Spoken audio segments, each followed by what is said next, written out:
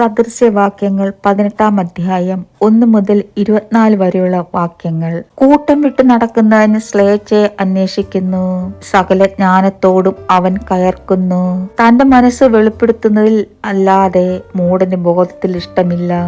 ദുഷ്ടനോടുകൂടെ അപമാനവും ദുഷ്കീർത്തിയോടുകൂടെ നിന്നയും വരുന്നു. മനുഷ്യന്റെ വായിലെ വാക്ക് ആഴമുള്ള വെള്ളവും ജ്ഞാനത്തിന്റെ ഉറവ് ഒഴുക്കുള്ള തോടുമാകുന്നു. നീതിമാനെ ന്യായവിസ്താരത്തിൽ തോൽപ്പിക്കേണ്ടതിന് ദുഷ്ടന്റെ പക്ഷം പിടിക്കുന്നത് നന്നല്ല. മൂഢന്റെ അധരങ്ങൾ വഴക്കിനിടയാകുന്നു, അവന്റെ വാ തല്ലി വിളിച്ചു വരുത്തുന്നു.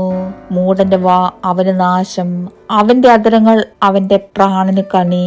ഏഷ്ണിക്കാരന്റെ വാക്ക് സാധുഭോജനം പോലെ ഇരിക്കുന്നു, അത് വയറ്റിന്റെ അറകളിലേക്ക് ചെല്ലുന്നു.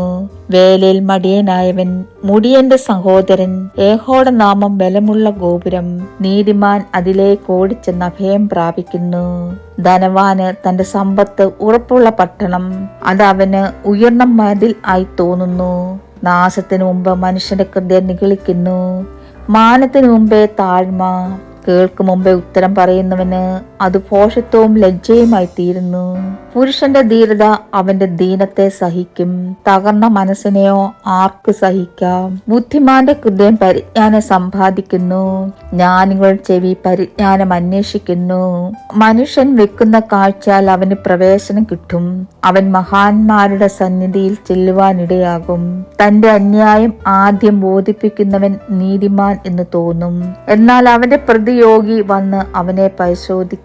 ചീട്ട് തർക്കങ്ങളെ തീർക്കുകയും ബലവാന്മാരെ തമ്മിൽ വേർപ്പെടുത്തുകയും ചെയ്യുന്നു. ദ്രോഹിക്കപ്പെട്ട സഹോദരൻ ഉറപ്പുള്ള പട്ടണത്തെക്കാൾ ദുർജനയാകുന്നു. അങ്ങനെയുള്ള പിണക്കം അരമനയുടെ ഓടാമ്പൽ പോലെ തന്നെ. വായുടെ ഫലത്താൽ മനുഷ്യന്റെ ഉദരം നിറയും, അധരങ്ങളുടെ വിളവ് കൊണ്ട് അവന് തൃപ്തി വരും. മരണവും ജീവനും നാവിന്റെ അധികാരത്തിലിരിക്കുന്നു, അതിൽ ഇഷ്ടപ്പെടുന്നവർ അതിന്റെ ഫലം അനുഭവിക്കും. ഭാര്യയെ കിട്ടുന്നവന് നന്മ കിട്ടുന്നു, യഹോവയുടെ പ്രസാദം ലഭിച്ചുമിരിക്കുന്നു. ദരിദ്രൻ യാചനാരീതി സംസാരിക്കുന്നു, ധനവാനോ കഠിനമായി ഉത്തരം പറയുന്നു. വളരെ സ്നേഹിതന്മാരുള്ള മനുഷ്യന് നാശം വരും, എന്നാൽ സഹോദരനേക്കാളും പറ്റുള്ള സ്നേഹിതന്മാരുമുണ്ട്.